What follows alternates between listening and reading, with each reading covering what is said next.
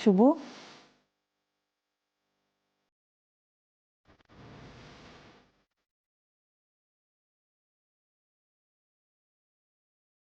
शुभंकर,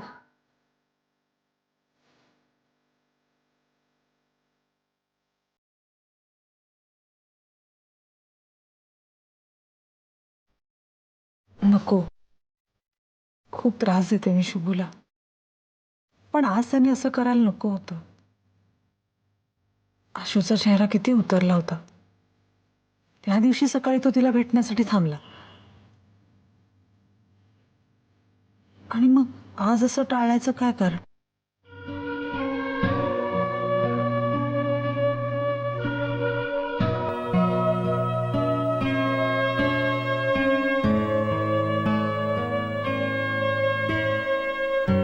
शुभू, अरे तिच्या पोटात आपलं बाळ वाढतंय. आपण सतत तिच्या बरोबर असायला नको का? तिच्या बरोबर असणं म्हणजे आपल्या बाळाबरोबर असण्यासारखंच आहे राजा.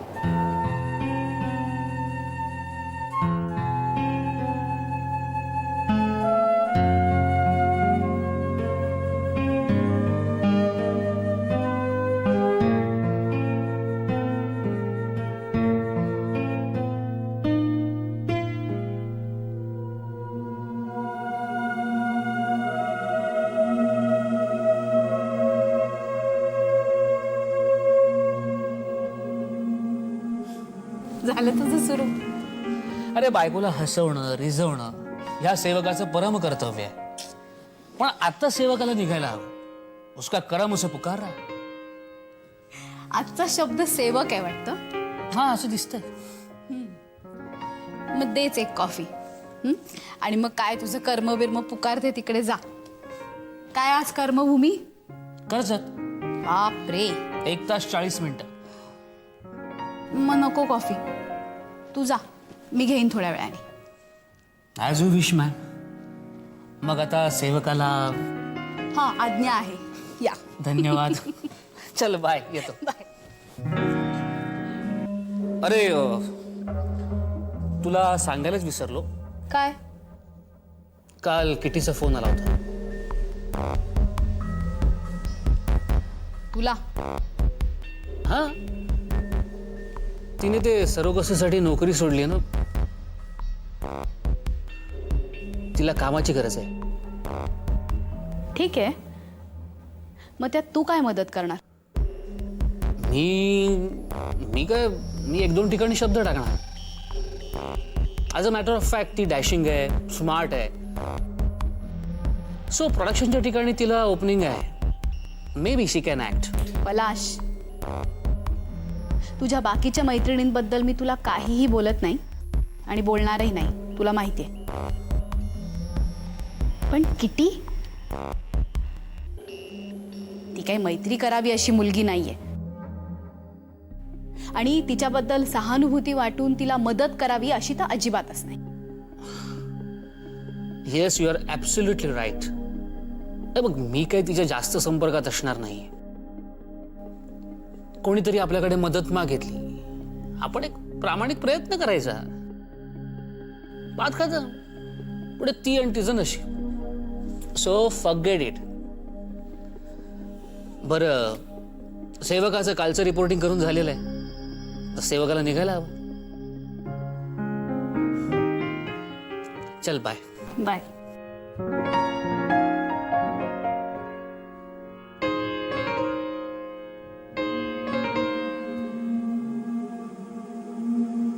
हॅलो, हो मी इरावती प्रधान बोलते. कोण? हां नमस्कार, गुड मॉर्निंग. बोला. हो चालेल, पण मी गोखलेंबरोबर आधी बोलून घेते, मग तुम्ही मीटिंग ठरवा.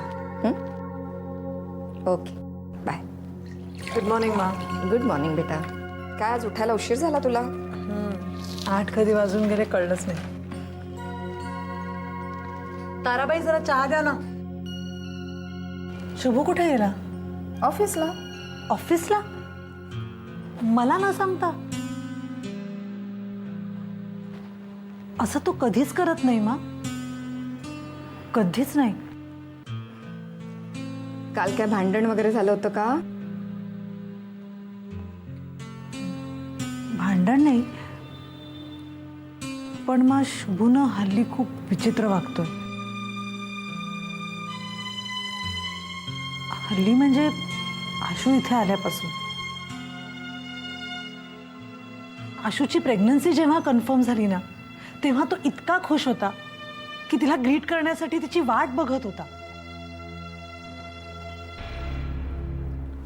आणि काल माहितीये ना, डिनरमधून अर्ध्यावर उठून निघून गेला. ती आली होती डिनरला, हे त्याला नाही आवडलं. आणि मग तसं काम पण खूप असतं हल्ली म्हणा.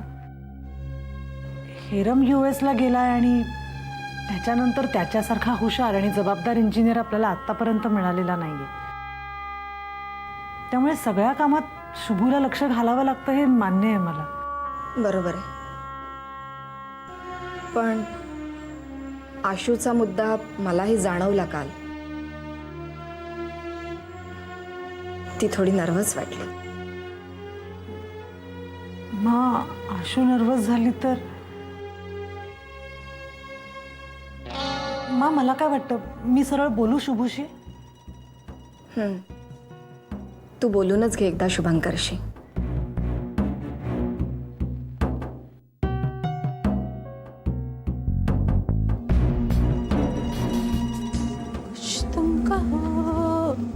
चहा फर्स्ट क्लास, साखर कमी आहे, गोड म्हणून घे. First class. रोहन, मला जमायला लागलाय चहा. खामोशी को. हे बघा, ऍक्टर पलाश पुरंदरे. काय बघू? ऍक्टर पलाश पुरंदरेंच्या फ्लर्टिंगचे किस्से वाचा. ओ फंटास्टिक यार. यात फंटास्टिक काय आहे का? अरे पलाश फ्लर्ट करतोय, हे फंटास्टिक नाही आहे का? आणि एखाद्या मराठी ऍक्टरच्या फ्लर्टिंगची दखल गॉसिप मॅगझिनने घेणं रिअली गुड या. मराठी इंडस्ट्री चांगले दिवस आले. उगाच टपोरीपणा करू नका. तुझ्या माणसाकडे काम मागायला जातेस ना, तो माणूस कसा आहे ते बघ आधी. ए हॅलो, तो कसा का असे ना, मी कशी आहे ते मला माहिती आहे ना, आणि तुला पण माहिती आहे ना. बाय द वे, बास झाला होता एवढं माझ्यासाठी. तू दारूच्या बाटलीतनं पाणी जरी प्यायलीस ना, तरी लोक म्हणतील वोडका पितीयस. ए तुझे ते लोक गेले उडत. माझा माझ्यावर पूर्ण विश्वास आहे, आणि तुझा पण आहे ना. हा रोहन, चिडलायस का तू? कमान यार, माझा माझ्यावर पूर्ण विश्वास आहे, and that is enough for me. Okay, तो माणूस चांगला नाहीये. कुणी सांगितलं? अरे एक तो वेल नोन मराठी ऍक्टर आहे यार, आणि प्रत्येक मराठी ऍक्टरला असंच वाटत असतं की जगातल्या सगळ्या सुंदर स्त्रिया, बायका या त्याच्याच प्रेमात पडल्या. अरे तो तसाच वागतो, नमिताशी पण तसाच वागतो तो. काय यार. यक्स. पण त्याने तुझ्याशी असं वागलेलं मला नाही चालणार. पॉसेसिव्ह अँड ऑल. Mad what. बराच ना तू. हे बघ, जे असे खुल्लम खुल्ला फ्लर्ट करतात ना रोहन, ते कधीच हार्मफुल नसतं, हार्मलेस असतात. हां, पण जे खरंच मुरलेले असतात ना, ते चार चौघात कधीच असे रिॲक्ट होत नाही, आणि ते जास्त डेंजरस असतं. कॉच माय पॉइंट, कॉच माय पॉइंट बेबी.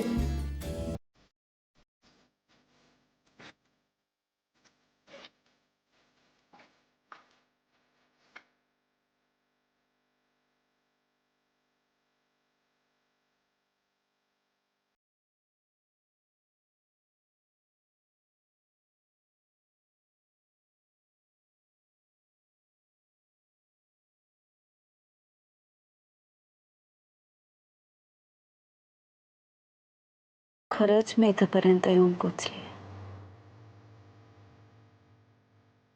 निर्णय बरोबर की चूक कळेपर्यंत तो प्रत्यक्षात पण आलाय. हे सगळं माझ्याच आयुष्यात घडावं मला फक्त समीर बरोबर साधा सरळ सुखाचा संसार करायचा होता. ते संसाराचं स्वप्न वाचवण्यासाठी ह्या कोणत्या वळणावर येऊन पोचले मी.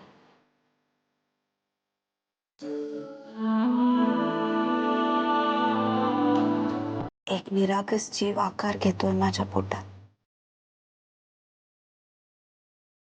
त्याला असंच इथे कणाकणाने वाढवायचं, पण त्याच्यात आपला जीव मात्र गुंतू नाही द्यायचा. त्याला जन्म द्यायचा आणि पाठ फिरवायची. जमेल हे मला? हा बोला ताई साहेब, मी नामदेवच बोलतोय. मी साहेबांबरोबर छे बा. अहो ते परस्पर मीटिंग नंतर काहीतरी सेमिनारला जाणार होते. नाही नाही, ते जाऊ दे रे. मला सांग, काल रात्री साहेब ऑफिसमध्ये परत आले होते ना? काल रात्री? छे बा.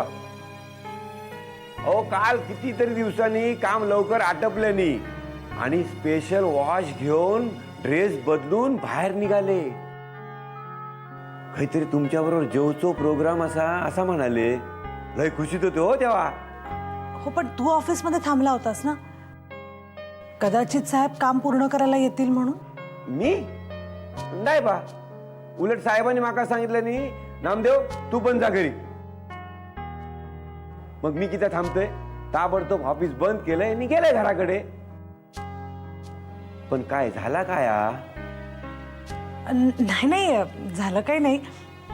मला वाटलं तुला ताटकळत राहावं लागलं म्हणून फोन केला. ठेवते हा.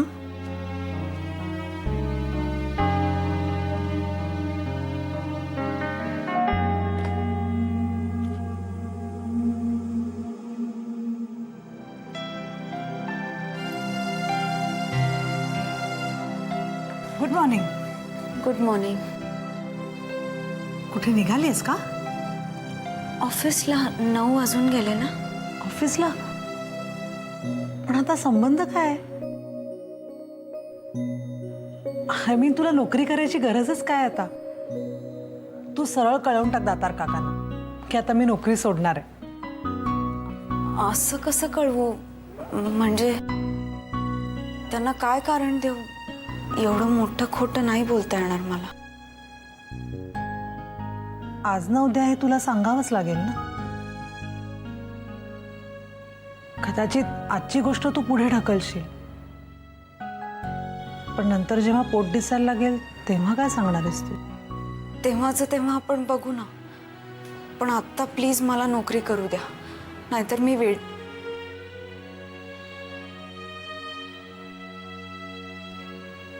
खरं विचारशील तर माझी इच्छा नाही आणि मला पटतही नाहीये. पण कुठलीही गोष्ट तुझ्या मनाविरुद्ध करायची नाही असं मी पक्क ठरवलं.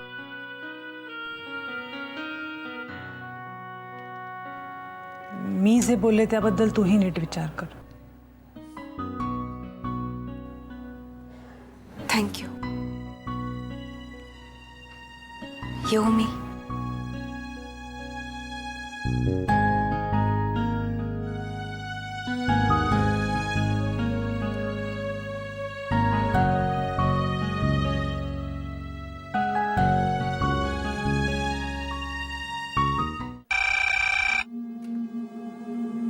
हॅलो काय रे?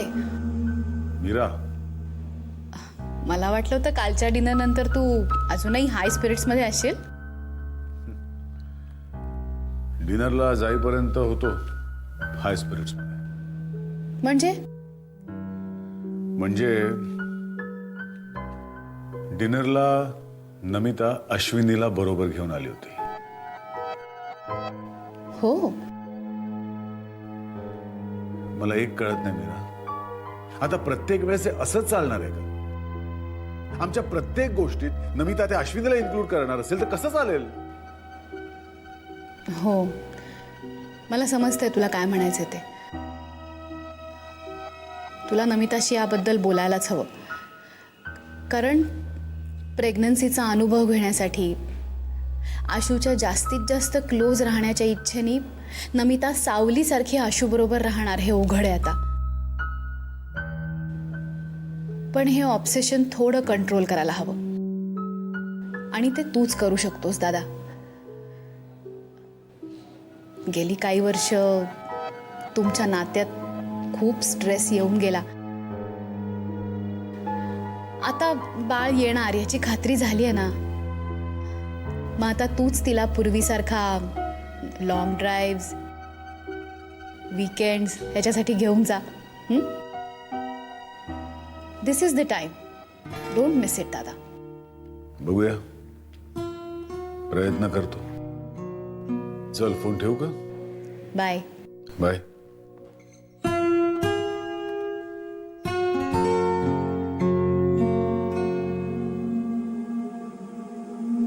बोल वहिनी. नाही म्हटलं ग, कामात असशील तू म्हणून म्हटलं बोलू का. बरं ऐक, तुझं एक पार्सल आलंय ग घरी. पार्सल? अगं घाबरू नकोस, समीरनेच पाठवलंय.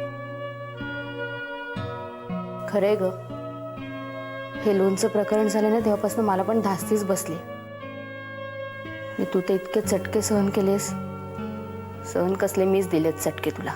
वहिनी, बास आता, ते सगळं संपलंय ना. अश्विनी, जोपर्यंत तू घरी येत नाहीयेस तोपर्यंत सगळं कसं संपेल ग. वहिनी, हे निघाले होते तुला पार्सल घेऊन द्यायला. मीच म्हटलं नको, त्यानिमित्ताने घरी तरी येशील तू. बरं अश्विनी, पार्सल आपल्या पत्त्यावर आलं म्हणजे समीरला माहिती नाहीये का तू तिकडे राहते असते किटीकडे? हो ना? हो वहिनी, आणि प्लीज तूही सांगू नको. मी कुठल्या तोंडाने सांगणार आहे ग. मीच घराबाहेर काढलंय तुला. आणि वहिनी, येशील ना मग पार्सल घ्यायला घरी? हो येईन. ये लवकर, वाट बघते. ठेवू फोन? ठीक आहे. बाय. कितीकडे सुद्धा नाही राहत आहे मी समीर. काय होणार आहे माझं?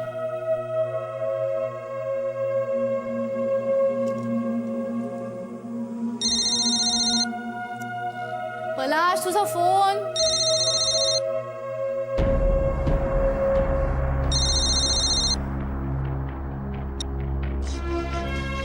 बोल, काय काम आहे? हाय हाय, गुड मॉर्निंग डॉक्टर मीरा. काम काय तुझं? मला एक गोष्ट कळत नाही, माणसं दुसऱ्याचा फोन का उचलतात? ऑफिशियली लग्न झालेलं असलं ना की नवरा दुसरा राहत नाही. जाऊ दे, तुला काय कळणार. बाय द वे, पलाश आंघोळीला गेला. माझा फोन येऊन गेला सांगाल ना? आणि त्याला फोनमध्ये कळेलच ते. तुझं काम काय आहे ते तू अजूनही सांगितलेलं नाहीयेस. ते पलाशला ठाऊक आहे. कालच फोन केला होतास ना तू त्याला? आज लगेच परत दुसरा फोन? आठवण करून द्यायला केला. ओ,